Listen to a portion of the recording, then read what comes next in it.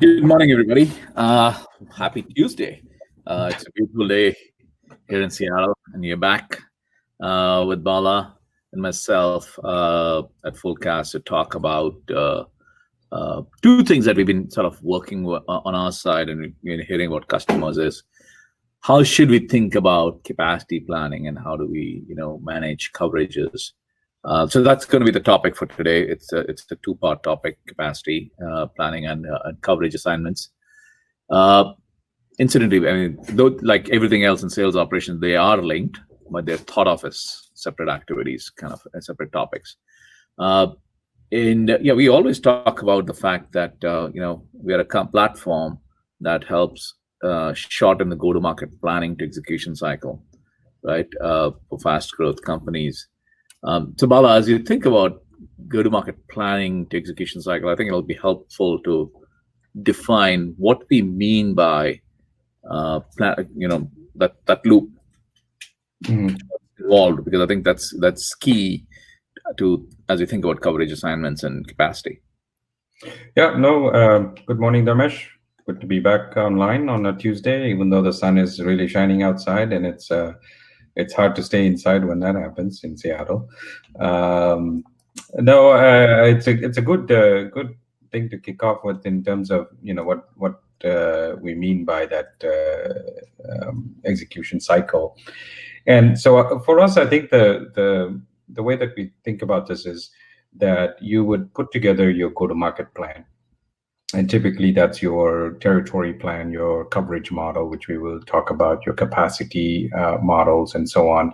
And what we then talk about is really that how do you operationalize that end-to-end cycle, right? It's really taking that plan and being able to deploy that quickly into your operational systems, right? Whether that be your CRM or your HR system or whatever the case may be. But what you're really looking at is that cycle tends to get caught up in a lot of manual intervention, typically by the sales ops teams or by IT or whatever the case may be, depending on sort of who's responsible for the operational systems. And sometimes that backlog of things that's necessary to operationalize that plan tends to get in the way of being flexible. And so that's one of the things that we've looked at is how do we simplify that process? How do we make it a push button delivery? Because this notion of deploying a go-to-market plan once a year is basically done, right? And you are doing that more often, you're planning more often, you're changing your plan more often. And even if you don't intend to change the plan, just the daily business of running sales changes your plan for you, right? Which is people coming in, people leaving roles, new territories, accounts moving, mergers and acquisitions. There's all kinds of activity happening, which changes the composition of your plan throughout the year. And when you do that, you don't want to have a 2 to 3 week deployment cycle every time you need to modify your plan or change your plan and so on. And I see a lot of like reorgs and things like that you might do to better optimize your sales team. Operationalizing that should not take you time. It should be almost instantaneous, so you can respond to the market faster, right? And so that's what we mean by the planning to execution cycle, is that you cannot have anything that impedes that flow.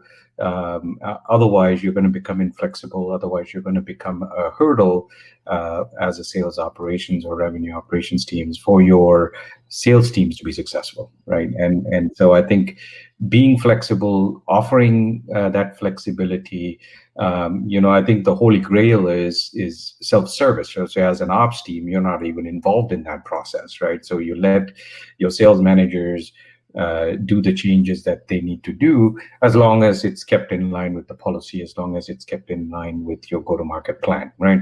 I think what tends to happen is most organizations will lock down all of their operational environments because they don't want the managers to go in there, or even the reps to go in there and do something that is not in line with the go-to-market plan. So you really need a system that governs the rules of what the go-to-market plan is, and then allow the managers to sort of self-service in the context of the plan, right?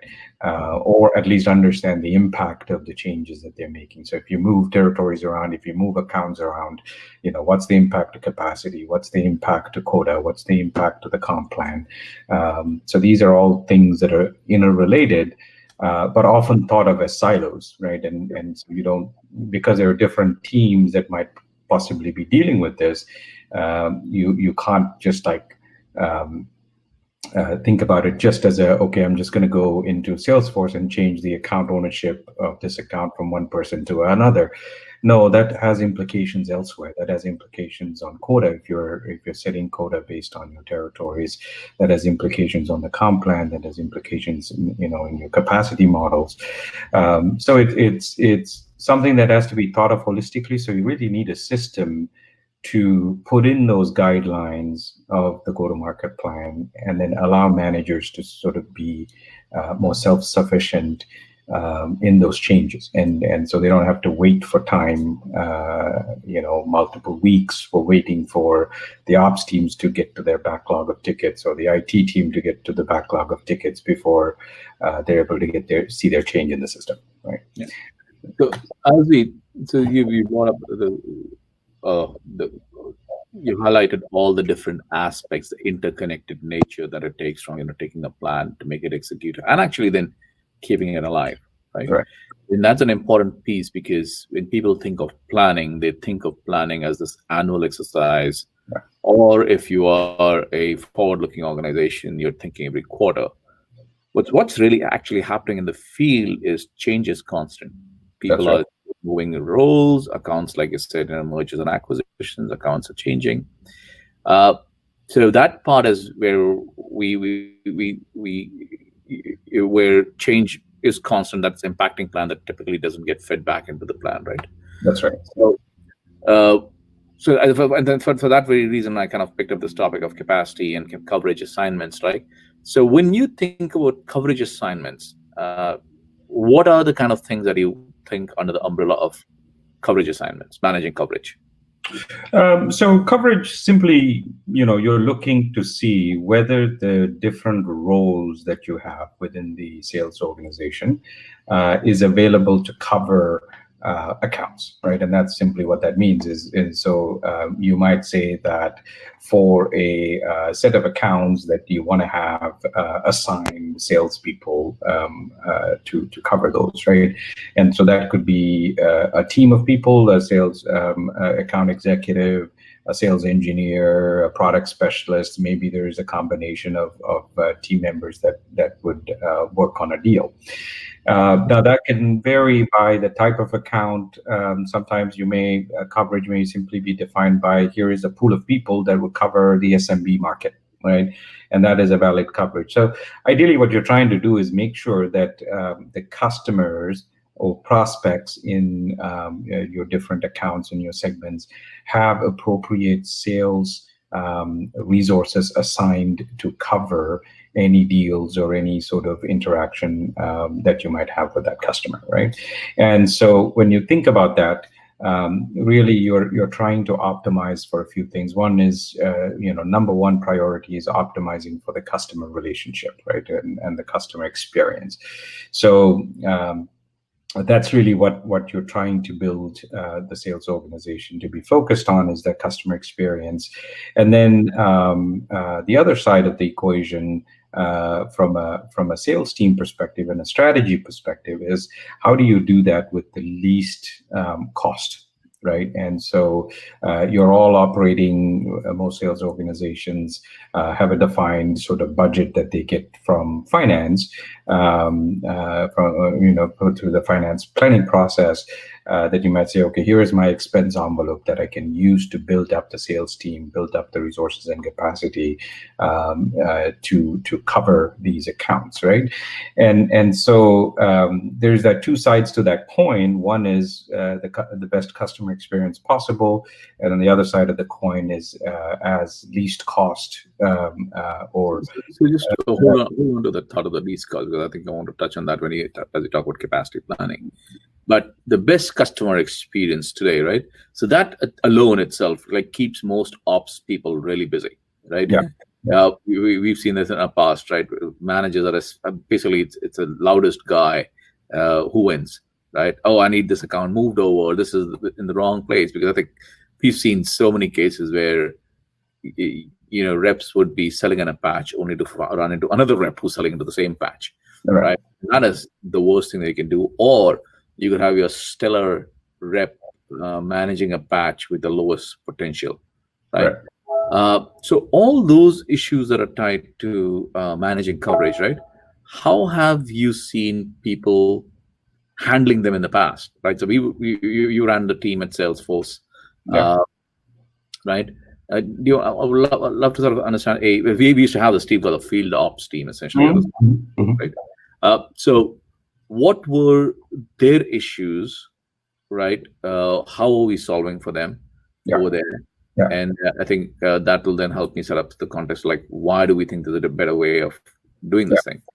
Yeah, I think most people, when they think about the type of resources that you need to have, you have different types of roles, and of course, the larger the organization gets, the more specialized some of these roles become, right? So you verticalize, and you have specialists in the financial sector or healthcare or government that understand how to sell your products into those verticals, or you have product specialists if it's a deeply technical sell, that kind of. So the roles tend to sort of evolve as you identify deficiencies in the selling process, right? So that's something that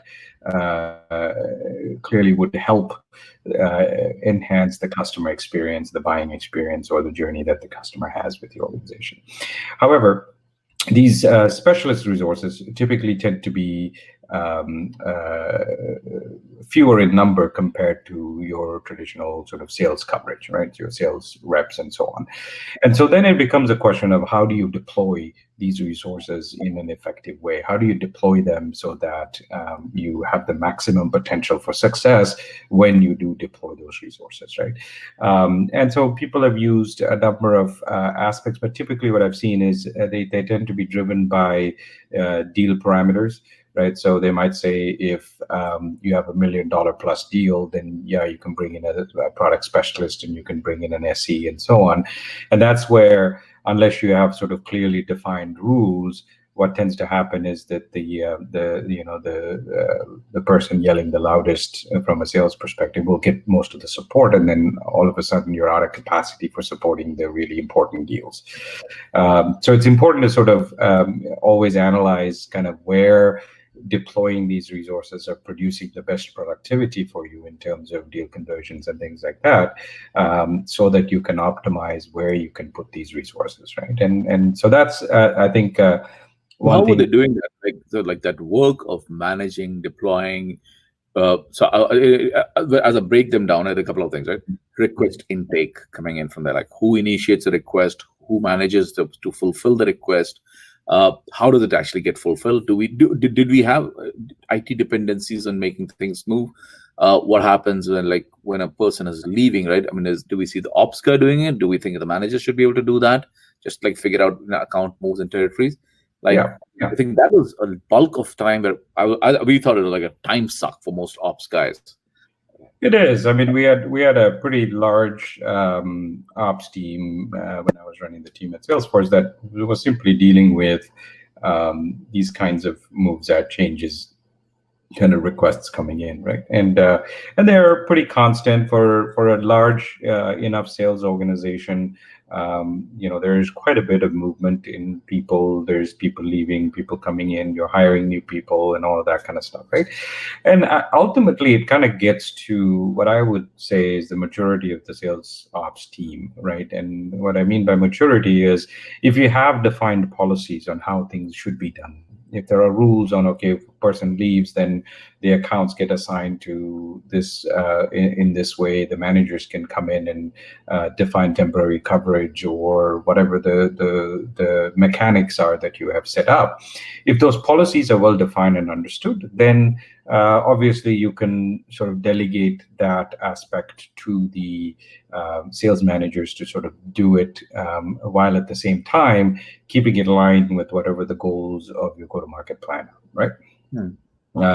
But if you're not mature enough and you do all of these things on a very ad hoc basis, right, is that, oh, if a manager remembers to do this and this task at the time somebody leaves, then yeah, the ops team might know about it and they might solve for it. Or the other situation that was very common in the early phases of my career at Salesforce was there was deals made by managers with sales reps that the ops team never really understood. So things like effective dating. Okay, well, you can be a sales engineer from the beginning of last month because you're already doing that job, but we forgot to tell the sales ops team that that was the case. So your comp plans don't reflect that you've been doing that role in a while, right? So that is that's an aspect. Or somebody leaves the company and people forget to move the accounts over to the new person. Exactly. Tell the person that you are picking up these accounts. That's right. Or temporary coverage, right? So either somebody leaves and you realize the account is inactive in Salesforce, the deals are not coming through, you can assign deals, you can route deals to them, and the ops team finds it out as an exception. And then they have to troubleshoot that exception, call the manager and say, hey, what happened to this guy? Oh, he left, So when you get to a sizable organization, it's really, really hard for the ops team to stay on top of things if you do all of these things in a very ad hoc manner. So that's why policies are important and enforcing policies are important so that you can have a consistent, repeatable process, right? So I think that really determines who does the work, right? So if you're ad hoc and the policies are not well defined, then typically the ops teams would shut down access for the managers so that they can keep some sense of sanity in the flow and the process. But if it's more mature enough, the policies are well defined, then you can start to relegate that control. And more often than not, the managers would be happy to do this and get this stuff done rather than wait for 2 weeks or 3 weeks before it's done, right? Yeah, I think we've seen both sides, right? We've seen people where managers are going in and managing it now because we've been able to sort of codify the policies. That's right. Yeah. We've seen the other piece where we've codified the policies, but yet the ops team retains control of actually making the moves, right? So, but interestingly, though, all of those teams that we talk to, because that's a key aspect of our platform, is that self-service idea. But all of those teams that we talk to that retain control today would love nothing more than to let go.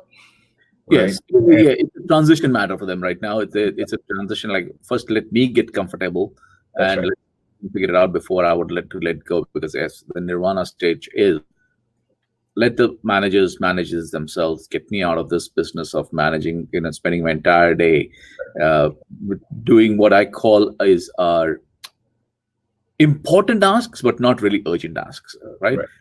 They're like just do it now. Actually, the other way. They're urgent from a rep's perspective or a manager's perspective, but in the overall scheme of the company, they're not really important because they're like, I got bigger things to do, but I never get to do the bigger things because I'm stuck doing a lot of the repetitive things that need to get done. To keep but I can tell you, if you got $1 million deal on the way and you got an opportunity that you cannot close, that's pretty important to the organization. Right? So there is that lens of like, okay, the best way to do is teach people how to fish, right? And so when you teach people how to fish, so when you when we started building the platform on our end, right? How were we thinking about these things? Because there is this whole notion of so what are the kind of things that we've thought that are prime candidates for self-service? Yeah, I think there's a few things. One, it definitely is that interconnected nature of things, right? So your changes to territory impacts your coverage, impacts your quota, impacts your comp plans, impacts your permissions that you have within Salesforce, and so on, right? So the interconnected nature of this means that when you make a change, it's sort of like a workflow, right? And the workflow has to go through all of the different stages of analyzing the impact of the change that you're proposing, right? So if, for instance, you pull a big account out of an enterprise territory that has 3 or 4 accounts, that's a big impact to that territory. And that has to be analyzed in terms of its quota impact, the ability for the sales rep to make their money in that segment. So there's quite a bit of sort of thinking and strategy that goes into, say, enterprise accounts. But if you look at an SMB market with thousands of accounts in a zip code, moving around 1 or 2 accounts is not a big deal. Right, and you probably aren't able to quantify that anyway to create a quota based on accounts. So there isn't a lot of impact. So even by segment within the same company, the same operation can actually have a whole lot of dependencies and impacts that you have to understand and analyze, right? And so that is sort of critical in the platform for us, is because that process of operationalizing the go-to-market plan means that we have to also have all of these workflows for the moves, that changes, that then allows the sales manager or the sales ops team to understand the impacts of the change that they're making. So Right? specifically, when I think about it, the workflows, right? We are talking about effective dating. Effective dating is absolutely one of those things. Yeah. And when we talk about workflows, just take a simple situation of somebody leaving the business, right? So a sales rep is leaving the business. The territory now needs to have some sort of coverage. What do you do with the open opportunities? What do you do with the accounts? Who do they need to get assigned to so that you don't screw up forecasting in the application, right? In Salesforce. So those are all elements that you have to think through, right? And what about the fact that, okay, I am moving the accounts, Yeah. but I want to move. I do not want to move this account because I have an active opportunity in that place. Yeah. Right. Yeah. And so all of the like moves, that changes in terms of people, in terms of accounts, in terms of territories, in terms of reorganization, in terms of manager hierarchy, manager crediting, right? All of these things are interrelated, right? So a rep may be fine, and moving an account. So just want to, because as you think of the workflows and the scenarios that you've kind of worked, Mhm. those are things. So you're talking about effective dating. You're talking about tracking relief. You're talking about coverage assignments like temporary, permanent, right? Moving accounts over holdbacks, right? Or somebody might say, I don't know, people call them holdbacks. Some people have different other nomenclatures, but basically holding back opportunities that are in flight with the original guy while transitioning. So all that stuff, that's a lot of busy work. That's right? right. Like how many people did we have at Salesforce just doing that?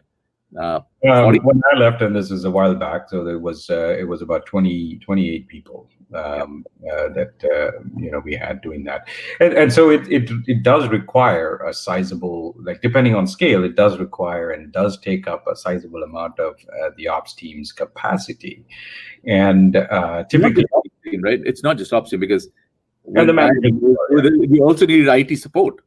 We also needed IT support, so it goes into a backlog with IT in some cases where the infrastructure is not hard coded, right? So in most cases, I think one of the other big aspects of the platform that we did was to separate the parameters that would come in from a go-to-market plan, like your segments, your coverage, your all of that stuff, from the actual workflow. So your holdout workflow is essentially the same, or holdback workflow is essentially the same in whatever segment that you're in. But based on segment, the number of days that you hold out something would be different, right? So enterprises have longer sales cycles, so you want to give them more time to close a deal versus an SMB where it might be much more of a transactional sale.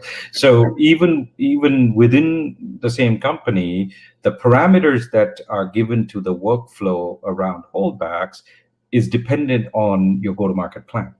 Right. And so that is one of the key sort of fundamental architectural thing that we did in the platform, is to separate the workflow from the parameters that come from your go-to-market plan, right?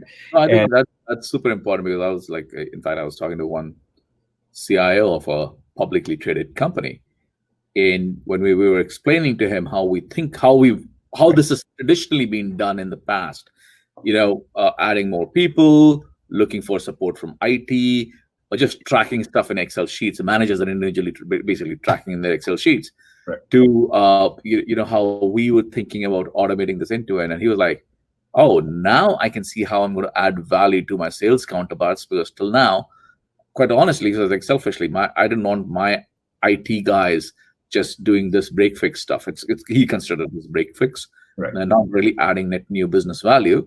No, because you're simply changing those parameters, and Yeah. because they happen to be hard coded in your automation, And you're going to do it every quarter. As change, you're not going even to every quarter, right? yeah. I'll tell you this example. If you took routing, and it's pretty related to coverage, right? So if you took routing, and you've defined your routing rules, and in a system where you have to type in the physical name of the people that are being, and sometimes people put that in code, which is like the most insane thing you could do, because the moment you do that, you've hard coded the routing logic into your system. And if that person leaves, now you got a problem because you got to go and remove it, and that takes IT capacity to go do, right? And people struggle with this kinds of things all the time. I've talked to prospects who literally hard coded zip codes into Apex code sitting in their Salesforce environment. So if you needed to change your coverage model, right, and say, okay, now someone else is covering the zip code, you literally have to call the IT guy to go change code in Salesforce, which is the worst kind of setup you could do, right? But people do We had that. an option to send someone over to an Apex training. That's right. So new guy, that's what he was lamenting about. So the person we were talking about. Like he was like, oh, I just inherited this, and now I have to go learn Apex coding.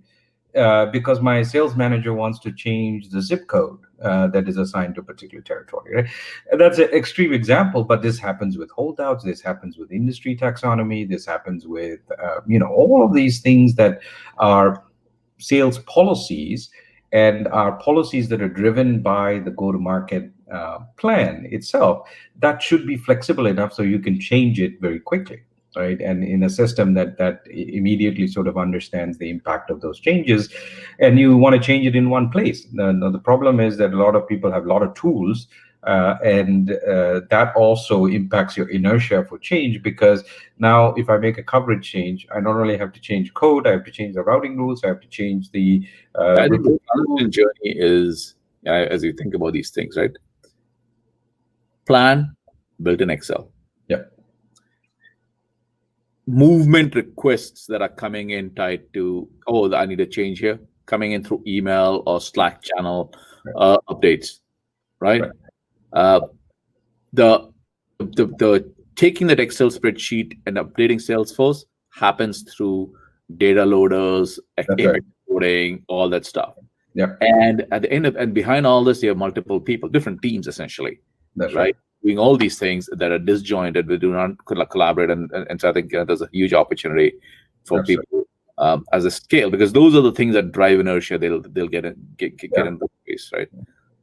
And then of course the last part is, if you don't get this right, you end up losing your best reps, because guess what? They don't want to be in a they want transparency, right? Did I get the right patch? How fair was it distributed? Why am I not paying my number? Oh, I was covering that account. So like, I don't want to deal with comp issues, right? I just want to make sure everything is tracked and there's auditable. So I think that is super important. So shifting gears now. So we definitely help people, right? Really, we've helped people really rethink coverage. That capacity is an interesting piece, because in all our discussion, we've had this thing about capacity. And you and I have debated this, like, okay, should we do it? Should we not do it? Right? Capacity.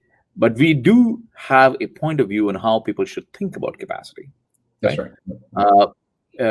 Because it is, especially now with, when people are doing multiple scenario, they call it scenario planning.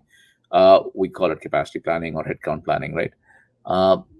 So do you want to elaborate a little bit on how we think about the this and how it relates to this whole coverage and the go-to-market. Sure. Yeah. I mean, before obviously you start operationalizing the plan, the first step in the planning process is you figure out how much budget you have and how much headcount can you afford for that budget, right? And that's really the basis of capacity planning. Now, a lot of times what I see teams struggling with when they figure out what that is one, they don't understand the effectiveness of the different types of roles that they have, right? So which means that you reduce it down to just a ratio discussion, which is in my mind, the biggest injustice you can do to capacity planning, because you're saying, okay, 5 sales reps per sales engineer. Well, how effective is that sales engineer? And the dimension for doing that is not really always ratios, right? And it's really about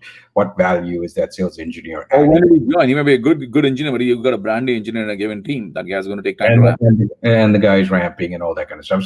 So that is I think, for simplicity's sake, because you're modeling this in Excel, what people do is, okay, I'll just use a ratio, 1:5 reps, and I put a sales engineer, I get 5 reps worth of coverage, right? That is a very rudimentary way of thinking about it, because you're not really analyzing what is the impact of a sales engineer on your deal cycles, right? When you put somebody in there, what happens? When do they need to get engaged? When is the complexity required, right? So that, I think, it takes a productivity lens to look at each capacity, each type of resource, and say, what is the net impact this person is going to have on my ROI, essentially, right, at the end of the day. There are some roles that you might put in, especially business development roles, where that becomes a difficult discussion to have, because you are trying to develop a market, you're trying to develop an environment. So which means that you should consider that as investments into a multi-year horizon rather than thinking about that at the deal level, right? So each role requires a different model for how you think about the effectiveness of that role. Now, once you come up with something, and I think the ROI is a great way to kind of think about it, is what is the net impact? What is the net productivity gain? What is the net revenue gain that we gain from these different roles?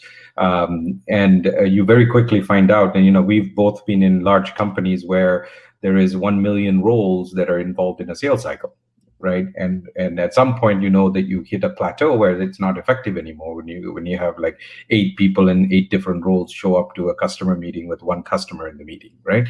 And it just doesn't work. And so that results for me from just this thinking that, it's just a ratio game that I'm playing, and I just have to hire, every time I hire 5 sales reps, I have to go hire a sales engineer. That's just the wrong way to think about it. So that ROI lens, that productivity lens, I think is a very important one when you're thinking about capacity. The second biggest thing that people struggle with when they figure out the capacity modeling is figuring out what capacity you have right now, right? And unfortunately, a lot of people don't track what's going on with people in the sales org, especially when you get to a certain size. You don't know who's on what, who's ramping, what is your effective capacity, who's doing what roles, who's temporarily. I think one of the things I want to pause you there is effective capacity. So there's a difference between, because we ask most people when they're planning, like, how many people, well, we got 100 reps. Well, you don't actually have 100 reps, because 10 of them just joined last month. Yeah. Right. And if they take longer to ramp, that's the exposure that you have to quote on a number, right? And so most managers end up playing the game of, I'm just going to assign over assign quota to my existing reps, which again, it's a fine balance, because if you do that consistently, you demotivate a whole bunch of high performers. And no wonder 50% of people don't make their numbers, right? And so that I think is the fine tuning that a lot of people don't. Now it also comes with maturity. It comes with a bit of experience running a certain role, right? So the first year you deploy a role, you really don't have data, so you're going with the hypothesis that this would be the case. So in that sense, you take an investment lens on that role. But once you get 1 or 2 years worth of data under a particular role, then you can start to fine tune that role in terms of how you're deploying that capacity, right? And as I said, figuring out the current capacity is the accounting work, right? And typically what happens is you don't worry about that until a QBR comes along, where you have to change plan and says, okay, what is our capacity? your HR system is woefully inadequate to tell you who's covering what territory and what your effective capacity is, right? And you don't know. And so you got to have something where you're keeping track and accounting and bean counting all of these things, including effective dates of when person is on a particular role, when they're changing those roles, where they are, what is their ramp situation, and to your point, how do you get to that effective capacity, right? Then you have a position to start from and say, okay, if I add 10 more people, here's the capacity that I'd be looking at.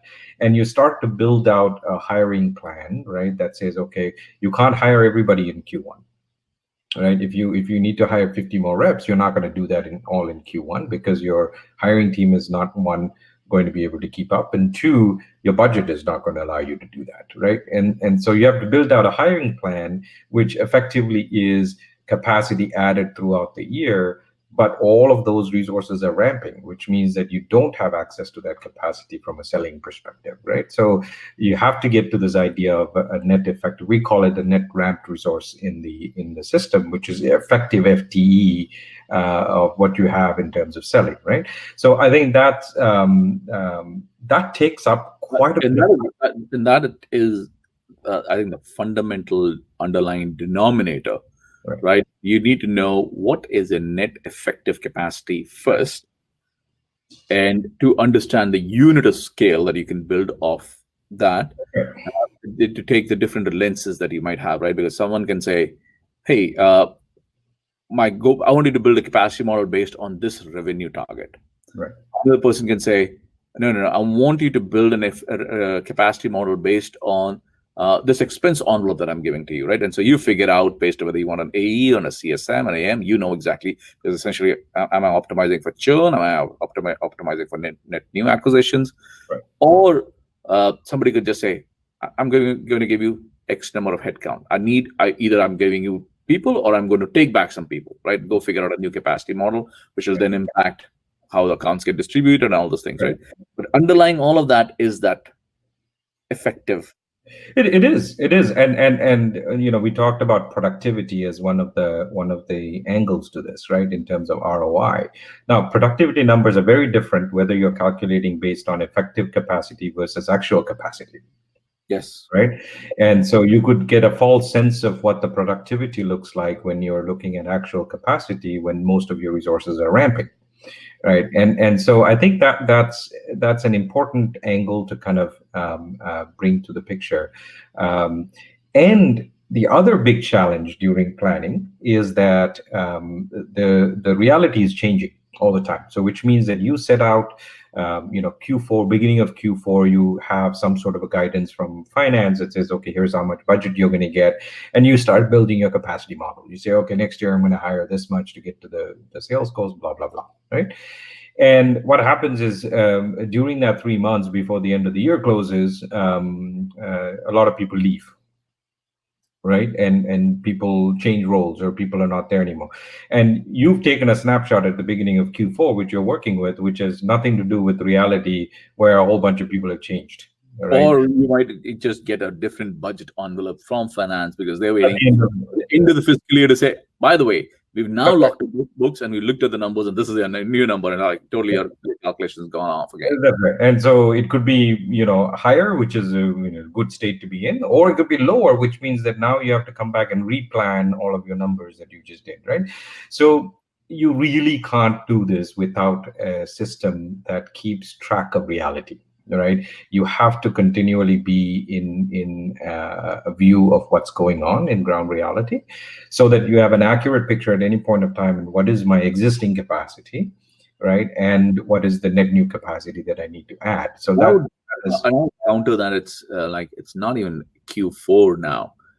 I know most of our customers, they're almost planning quarterly. They're doing some sort of a scenario plan every quarter. Like, okay, I know one of our customers just raised a huge round of funding. Yeah. Right. And that huge round of funding comes with a growth aspiration. Pressure to add more. Go hire people, right? And they are in the middle of the fiscal year, technically. But they just locked the funding. And so they have to get back into planning mode. Right. And that is going to be constant, right? And they'll have to figure out, now this is what revenue numbers are we signing up for? Right.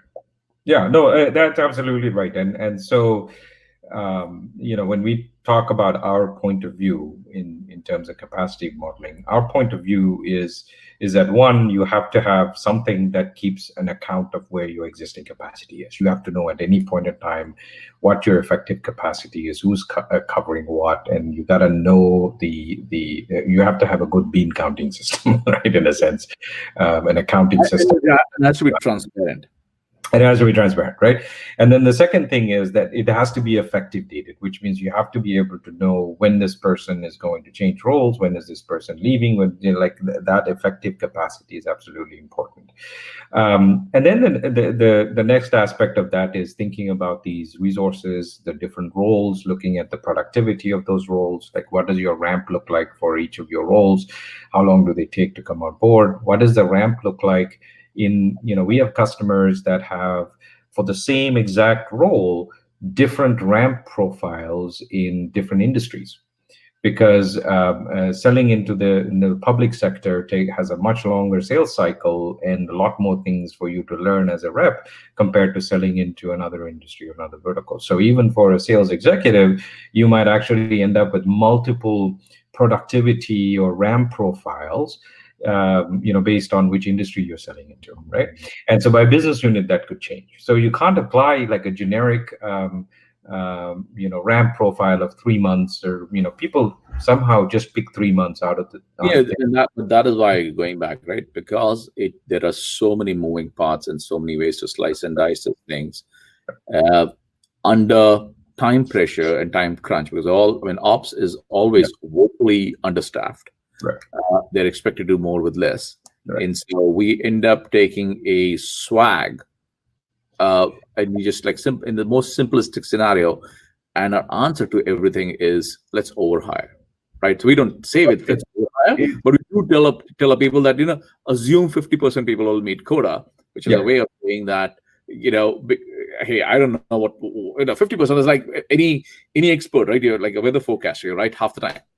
No, it is like weather forecast, but you would, in any other profession, you would have a hard time hiring where 50% of the people don't make their targets, right? You can't like build an engineering team and say 50% of my developers don't write good code and 50% do, and I'm going to count on the 50% that does. It's ludicrous, right? But in sales, we kind of take that attainment number and shove a lot of bad habits under that, right? And so this exposes, I think, you need a system that exposes all of this and gives you fine-tuning of capacity, right? And we see people reducing capacity down to two things. One is they take a swag at what the ramp will be, and most people pick a quarter and say, oh, it's just 3 months, irrespective of role, irrespective of what happened, it's 3 months of ramping, right? And then the second thing they do is ratios, right? They say, oh, 2:1, 3:1, 5:1 kind of ratios, and that makes my capacity model simple, but it's devoid of reality, right? You just pick these numbers out of thin air, right? And so I think what you really need to focus on in terms of capacity planning is that fine tuning, is that is that ROI lens that you can apply to each role. Have a model that you're applying to each role, right? Engineers, sales engineers, I have this model of looking at contribution by deal size. For business development managers, it's new markets, so I'm going to look at what new pipeline they're going to generate, all right?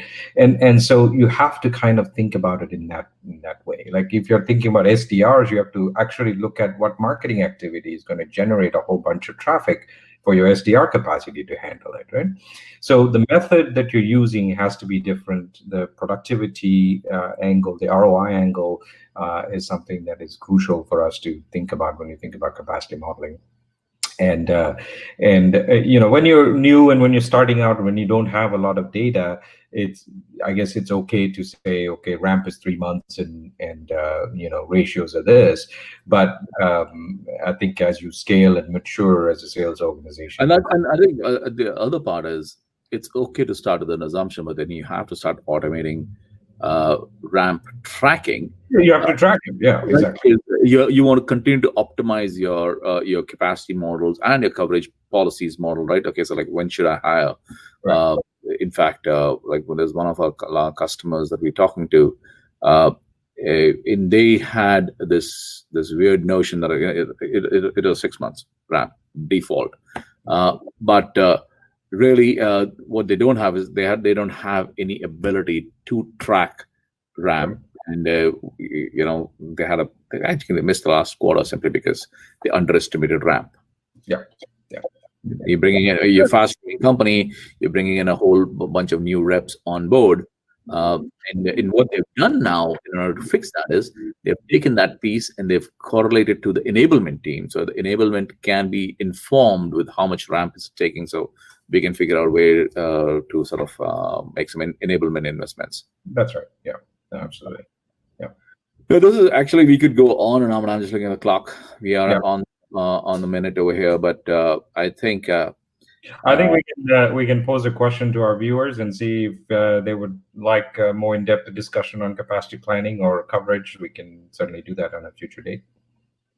Yeah, I think that's absolutely there, and I will. Actually, it might be interesting to sort of at some point talk to them about how we're thinking about building the capacity modeling plan as well. Yeah. Right. But no, it's been great chatting with you, and like always, this is like always, this is our daily discussion. Okay. Excellent. Thank you. Thanks, Darmesh. Okay. Bye.